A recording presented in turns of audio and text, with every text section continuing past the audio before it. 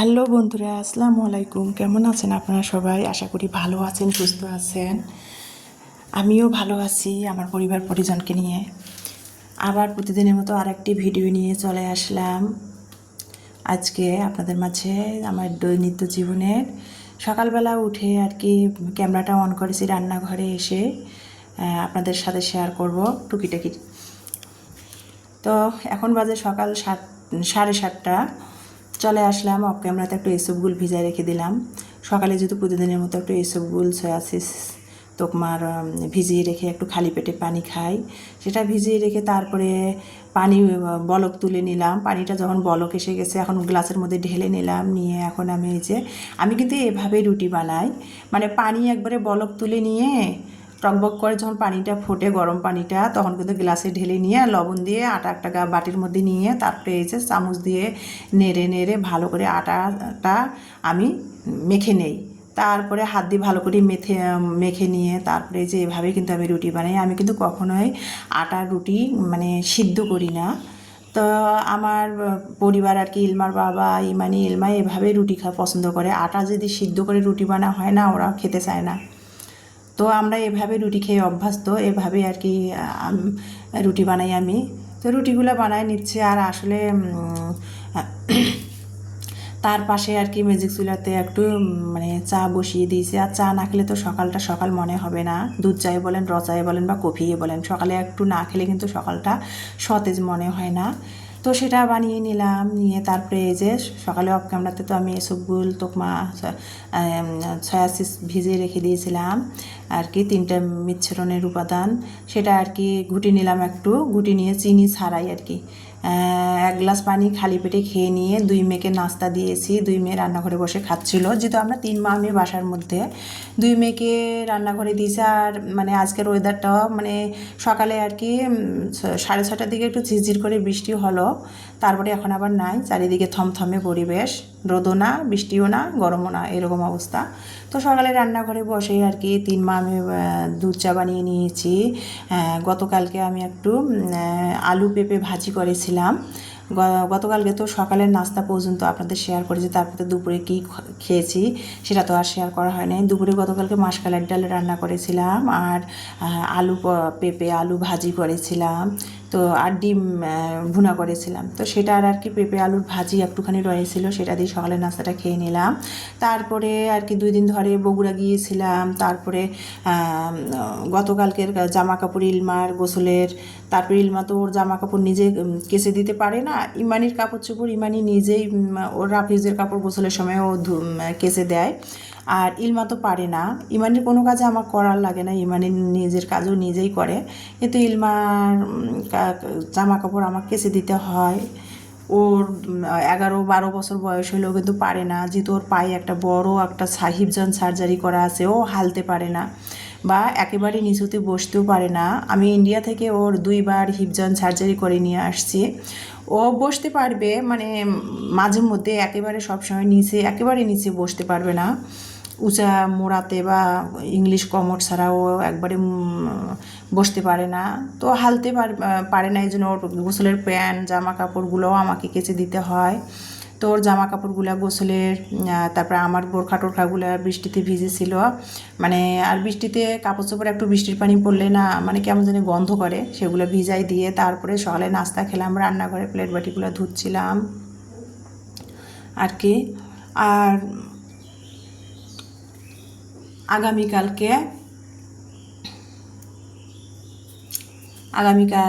থেকে 22 তারিখ ইলমাদের স্কুল খুলে যাবে। রবিবার, আজকে তো রোজ শনিবার 21 তারিখ ইলমাদের স্কুল খুলে যাবে। স্কুল খোলার পর 24 তারিখ থেকে আবার ইলমাদের পরীক্ষা শুরু হবে, অর্ধবার্ষিকী।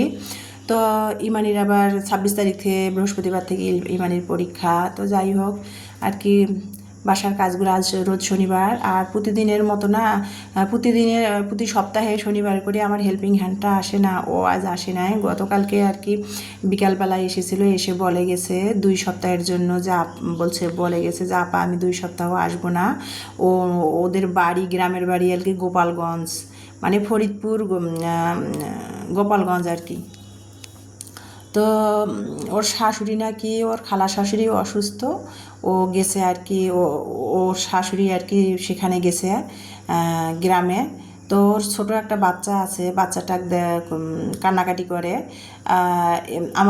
আমার বাসায় কাজ করতে আসে, বাচ্চাটা শাশুড়ির কাছে রেখে আসে। তো ওর শাশুড়ি গ্রামের বাড়িতে গেছে, ওর বাচ্চাটাকে দেখার মানুষ নেই, এই জন্যে কালকে ও বিকালে এসে বলে গেছে 2 সপ্তাহ আসতে পারবে না। তো প্রতি শনিবারের মতো আজকে আর আমার ধোয়া মোছা সেরকম নাই, গায়ের কাপড় চোপড় আমাদের রাফিউজে সেগুলো আর কি আমি ধুয়ে নিচ্ছিলাম। বিছানার বেডশিট ময়লা হলেও ধুবো না, যেহেতু আমার কোমরের সমস্যা। হেল্পিং হ্যান্ডটা যখন 2 সপ্তাহ পর আসলে ওকে দিয়ে ধোয়াবো। তো রাফিউজের কাপড়গুলো ভিজে দিলাম, দিয়ে প্লেট বাটিগুলো ধুয়ে নিলাম। আর ইমানি বলতেছিল যে ও সকালে উঠে পড়া শেষ করলো, নাস্তা খেলো, খেয়ে বলছে যে আম্মু আমি রুমগুলা সব ঝাড়ু দিয়ে নেই। প্রতি শনিবারে করে মেয়েটা এসে হেল্পিং হ্যান্ডটা এসে ঝাড়মোছ করে, তো আজকেও এসে নেয়। আর তারপরেও আমি দিনে 2 বা 3 বার ঘর ঝাড় দেই। তো ইমানি বলতেছিল আম্মু তুমি কাজ করতেছো, দাও আমি ঘরগুলো সব ঝাড়ু দেই। তো ইমানি ঘরগুলো ঝাড়ু দিচ্ছিল অফ ক্যামেরাতে অন্য সাইডে, আর আমি রান্নাঘরে ধোয়া মোছাগুলো করে নিচ্ছিলাম। তো সকালের বাসি প্লেট বাটিগুলো নাস্তা খেয়েছিলাম, সেগুলো ধুয়ে নিলাম। আর আমি কাচের প্লেট বাটি, মেলামেনের প্লেট বাটি আমি কিন্তু সাবান দিয়ে ডিশওয়াশ দিয়ে ভিম ডিশওয়াশ দিয়ে ধুই। আর সাবান আর হুইল পাউডার মিশিয়ে চুলার ছাই আর হুইল পাউডার মিশিয়ে রেখে দিছি বক্সে করে, সেটা দিয়ে কিন্তু আমি সে অ্যালুমিনিয়ামের প্লেট বা অ্যালুমিনিয়ামের হাঁড়ি পাতিল, স্টিলের হাঁড়ি পাতিল কিন্তু আমি ছাই দিয়ে পরিষ্কার করি। তো সেটাই করে নিলাম, ছাই দিয়ে স্টিলের প্লেট বাটিগুলো ধুলাম, গামলাগুলা বাটিগুলা, আর কাচের চায়ের কাপ মেলামাইনের প্লেট বাটিগুলা সাবান দিয়ে ধুলাম। তারপরে এখানে আমি 1.5 পট চাল ধুয়ে আঙ্গুলের 2 রেখার মাপে আমি পানি মেপে বসাই দিলাম। আমি কিন্তু ভাত যদি গ্যাসের চুলায় রান্না করি আমি তারপরেও আমি এই যে বসা ভাত রাঁধি, মার কখনো ভাতের গালাই না। আবার ম্যাজিক চুলাতে রাঁধিলেও সেটাই করি, আবার রাইস কুকারে করলে তো সেটাই করা লাগে, রাইস কুকারে তো ভাতের ফ্যান গলায় যাবে না। তো আমি চালটা ধুয়ে হাতের 2 রেখার মাপ দিয়ে কিন্তু আঙ্গুলের 2 রেখার মাপ দিয়ে কিন্তু পানি মেপে দিলাম। আমি চুলায় রান্না করলেও কিন্তু আঙ্গুলের 2 রেখার মাপ দিয়ে বসাই দেই। আর চুলার জালটা লো হিটে দিলে সুন্দর ভাত হয়ে যায়, বসা ভাত সিদ্ধও হয়, ভাত ঝরঝরেও হয়, নরমও হয় আর কি। আমি সেভাবে আর কি রাইস কুকারেও রান্না করি। তো যাই হোক, রাইস কুকারে ভাতটা বসিয়ে দিয়ে ওয়াশরুমে কাপড়গুলো ভিজাই দিয়েছিলাম, সেগুলো ধুতে গেলাম। কাপড়গুলো ধুয়ে আজকে আবার ওই যে এখন 11:30 বেজে গেছে, বাতাস বইতেছে, তার সাথে একটু আবার আকাশটা পরিষ্কার হয়ে গেছে, একটু রোদ ভাব। তো ভাবলাম যে কাপড়গুলো ছাদে, যদিও রোদ উঠলে যাই না, ছাদের কাজ আমার বাসায় হয়। তো ওই যে বৃষ্টি ঝিরঝির করে আষাঢ় মাস যেহেতু পড়েছে, আষাঢ় মাসে ভাষা পানি কথায় আছে না, তো আষাঢ় মাস যেহেতু এই রোদ, এই মেঘ, এই বৃষ্টি, তো ভাবলাম যে একটু আকাশটা পরিষ্কার হয়েছে, কাপড়গুলা সব ছাদে দিয়ে আসি, বাতাসে শুকে যাবেনি, যতখানি শুকাবেনি, পানি ঝরে যাবেনি। আবার বৃষ্টি হয়, আবার ঝিরঝির করে বৃষ্টি হয়, আবার রোদ ওঠে, এরকম অবস্থা। তো যাই হোক, যে কাপড়গুলো ছাদে দিয়ে আসলাম, এসে শুটকি রান্না করব, লোট্টা মাছের শুটকি ভুনা করব ভাবলাম আজকে। তো লোট্টা মাছের শুটকিটা ছোটো ছোটো করে কেটে নিলাম, নিয়ে কিন্তু আমি এখানে শুটকিটা আমি একটু কড়াইয়ের মধ্যে টেলাই নিচ্ছি। আর এইভাবে শুটকি টেলাই তারপরে গরম পানি দিয়ে ধুয়ে রান্না করলে কিন্তু সেই শুটকির গন্ধ ওটা থাকে না, খেতেও ভালো লাগে। আর লোট্টা মাছের শুটকিটা ভেজে একটু হালকা গরম পানিতে ভিজিয়ে রেখে দিলাম, দিয়ে এখন কিন্তু আমি যে কাচকি মাছের একবারে ছোটো কাচকি মাছের শুটকিটাও ভেজে নিচ্ছি। এভাবে ভেজে নিয়ে 2টা আলাদা আলাদা করে ভেজে নিচ্ছে। এটা রাঁধবো কীভাবে সেটাও আপনাদের সাথে শেয়ার করব। এটাও একটু ভেজে নিচ্ছি। লোট্টা মাছের শুটকিটা ভেজে নিয়ে গরম পানিতে ভিজায় রাখলাম। এখন কাচকি মাছের শুটকিটা একটু হালকা করে কড়াইয়ের মধ্যে ভেজে নিচ্ছিলাম, টেলিয়ে নিচ্ছিলাম, নিয়ে তারপরে এটাও একটু গরম পানিতে ভিজায় রাখবো, রেখে তারপরে ভালো করে সব ধুয়ে কেটে বেছে তারপরে চুলায় রান্না করতে চলে আসবো। আর ভিডিওটা প্লিজ ধৈর্য সহকারে দেখুন, না টেনে, তাহলে বুঝতে পারবেন। আজকে শুটকি দিয়ে 2 রকমের শুটকি দিয়ে 2 পদ তরকারি রান্না করব দুপুরবেলা ভাবলাম। তো লোট্টা মাছের শুটকিটা আমি ধুয়ে নিয়েছি, কাচকি মাছের শুটকিটাও অফ ক্যামেরাতে ধুয়ে নিয়েছি। নিয়ে এখন লোট্টা মাছের শুটকিটা রান্না করার জন্য প্রথমে চুলায়, আমরা তো সরষের তেল খাই, প্রথমে চুলায় কড়াই বসাই দিলাম, কড়াইটা গরম হলো, তেল দিলাম, পেঁয়াজ দিলাম, দিয়ে পেঁয়াজের সাথে কিন্তু পেঁয়াজের শুটকি কিন্তু লোট্টা মাছের শুটকিটা কিন্তু আমি আবারও ভেজে নিচ্ছি তেলের মধ্যে এবার ভেজে নিচ্ছি। তারপরে একে একে আর কি রেগুলার যে তরকারির মশলাগুলো সেগুলো সবই দিয়ে দিচ্ছি। আর আজকে শুটকিটাতে আমি কাঁচামরিচ বাটাটা দিব না, আজকে শুটকির মধ্যে আমি শুকনো মরিচের গুঁড়াটাই ব্যবহার করব। তো এখানে কিন্তু আমি রসুনও আস্ত কয়েকটা ছেঁচাই দিয়ে দিয়েছি শুটকির মধ্যে, রসুন বাটাও দিয়েছি, আদা রসুন বাটাও দিয়েছি, রসুন কয়েকটা ছেঁচাইও দিয়েছি, তাতে ভালো লাগবে খেতে। আর রেগুলার সব মশলাগুলো দিলাম, দিয়ে তারপরে শুটকিটা ভালো করে কষিয়ে সিদ্ধর জন্য পরিমাণ মতো একটু পানি দিলাম, যদিও বেশি পানি দেই নাই, শুটকিটা একেবারে ভুনা ভুনা করব। তারপরে কাচকি মাছের শুটকিটা আমি ধুয়ে তারপরে কাঁঠালের বিচি, আলু কেটে নিয়েছি। আর এই যে দেখতে পাচ্ছেন কাঁঠালের বিচি আর পুঁই শাক আর শুটকি রান্না করব। তো একটা আলু ছিল, ভাবলাম আলুটা নষ্ট হবে, দিয়ে দিই। তো কাঁঠালের বিচিয়ে শুটকি কাচকি মাছের শুটকি আর পুঁই শাক রান্না করবো, আজকে চচ্চড়ি করব। লোটা মাছের শুটকিটা অলরেডি হয়ে গেছে। আর A to Z video share করলে তো ভিডিও অনেক লং হয়ে যায়, তারপরে কেটে কেটে আমি একটুখানি আপনাদের বোঝার স্বার্থে নিয়েছি, তাই ভিডিও আমার 14-15 মিনিট হয়ে গেছে। তো যাই হোক, আর ডেলি লাইফের ভিডিও না মানে একটু শেয়ার করতে গেলে আসলে ভিডিও লংয়ে হয়, শর্ট করতে চাইলেও ভিডিও কখনো শর্ট হয় না। তো কাচকি মাছের শুটকিটা সেম একইভাবে আর কি সব মশলা দিয়ে কষিয়ে নিচ্ছিলাম। আর এখানে শাক রান্না করবো যেহেতু, সেজন্য আমি কাঁচামরিচ বাটাটা দিয়েছি, রসুন বাটা দিয়েছি, আর রেগুলার মশলাগুলো লবণ হলুদ এগুলো তো দিয়েছি। দিয়ে শুটকিটা পেঁয়াজের সাথে কষিয়ে নিলাম, মশলা দিয়ে মশলাগুলো কষিয়ে নিলাম। এখন তেলের উপর শুটকিটা উঠে গেছে। এখন আমি ওই যে কাঁঠালের বিচিগুলো দিয়ে দিলাম, দিয়ে শুটকি কাঁঠালের বিচি একসাথে কষিয়ে নিব। আর কষিয়ে নিয়ে তারপরে কিন্তু এই যে পুঁই শাক দেবো। আর এই পুঁই শাকটা আমি বাড়িওয়ালা ভাইদের কাজের খালার কাছে চেয়ে নিয়ে আসলাম। এটা জাংলার পুঁই শাক, সার বীজ ছাড়াই পুঁই শাকটাই এমনিতেই হয়েছে, জাংলায় লাগাই দিছে সারিয়ান, আর খুব সুন্দর হয়েছে। তো মানে একটু করে বাতাস বইতেছে, বৃষ্টি হচ্ছে, তো গাছটার গোড়া নরম হয়েছে, ভেঙে গেছে। তো খালাকে বললাম যে খালা 2টা পুঁই শাকের পাতা দেন। খালা বললো যে জাংলা থেকে তুলে নিয়ে আসো।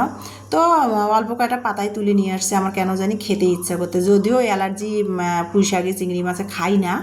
তো খাওয়ার পরে পুঁই শাকটা খাওয়ার পর হাতের পিঠটা 3 পা চেটে নেব, তাহলে আর কিচ্ছু হবে না। আমার মা সবসময় যে বলে যে জিনিসটা যে রোগের ক্ষতি করে, সেই জিনিসটা যদি মন চায় খেতে, খেয়ে হাতের পিঠটা মানে ডাইন হাতের পিঠটা 3 বার চাটবা, তাহলে আর কোনো ক্ষতি হবে না। তো আমি সবসময় সেটাই করি আর কি, ডাইন হাতের পিঠটা 3 বার চেটে নেবো, আর অ্যালার্জির সমস্যা হবে না। যদিও পুঁই শাক খেলে, মিষ্টি কুমড়া খেলে অ্যালার্জির মারাত্মক ক্ষতি করে, আমার চোখ চুলকায় আর কি, মানে গায়ে শরীরে কোনো ক্ষতি হয় না, কিন্তু চোখ চুলকায়। তো যাই হোক, আমার মা যে টিপসটা শিখিয়ে দিয়েছে সেটাই করবনি, খেতে ইচ্ছা করতেছে, খাবো। তো শুটকি দিয়ে কাঁঠালে বিচি দিয়ে আমি মলা মাছের শুটকি দিয়ে কাঁঠালে বিচি দিয়ে পুঁই শাক দিয়ে চচ্চড়ি করলাম। লোট্টা মাছের শুটকি দেখেন ভাজা ভাজা করে একেবারে কড়া ভুনা করেছি। আর এখানে বাড়িওয়ালা ভাইয়ের কাজের খালা কাঁঠালের বিচি ভর্তা করেছে, আর একটু চাল কুমড়ার ভাজি দিয়েছি ইমানি যেহেতু পছন্দ করে চুলার রান্না। আর গতকালকের একটু মাসকালার ডাল ছিল, অলরেডি আমার 2 মেয়ে খেয়ে নিয়েছে শুটকি ভুনা মাসকালার ডাল দিয়ে। তো সেটা ছিল, সেটা দিয়ে দুপুরের খাবার খাবো। আর এই তো ভাত, কাঁঠালের বিচি শুটকি, পুঁই শাক চচ্চড়ি, লোট্টা মাছের শুটকি ভুনা, খালার দেওয়া একটু তরকারি, আর গতকালকের একটুখানি রয়েছে মাসকালার ডাল। তো আমার 2 মেয়ে খেয়ে নিয়েছে অলরেডি। মানে ছাদের মধ্যে কাপড় নাড়ছি, তো বৃষ্টি ঝিরঝির করে পড়তেছিল, তো 2 মেয়েকে খেতে দিয়েছি। বৃষ্টি আসছে, আমি আর খাই নাই, আমি ফ্রেশ হইলাম, তারপরে ছাদ থেকে কাপড়গুলো তুলে নিয়ে আসে এখন আমি রান্নাঘরের কোনায় বসে খাচ্ছিলাম। তো খেতে খেতে ভিডিওটা আপনাদের মাঝ থেকে বিদায় নিব। আমার ভিডিওটা দেখার জন্য সবাইকে অসংখ্য অসংখ্য ধন্যবাদ। আমার নেক্সট ভিডিও দেখার সবাইকে আমন্ত্রণ জানিয়ে আজকের ভিডিও থেকে বিদায় নিব। সবাই ভালো থাকবেন, সুস্থ থাকবেন, পরিবার পরিজনকে নিয়ে আমার জন্য দোয়া করবেন, আমিও আপনাদের জন্য দোয়া করি। তো দুপুরের খাবার খেতে খেতে এখন 2:30 বেজে গেছে, আর বকবক না করি, দুপুরের খাবার খেতে খেতে বিদায় নেই। তো এই পর্যন্ত, আর কি বলবো। আল্লাহ হাফেজ।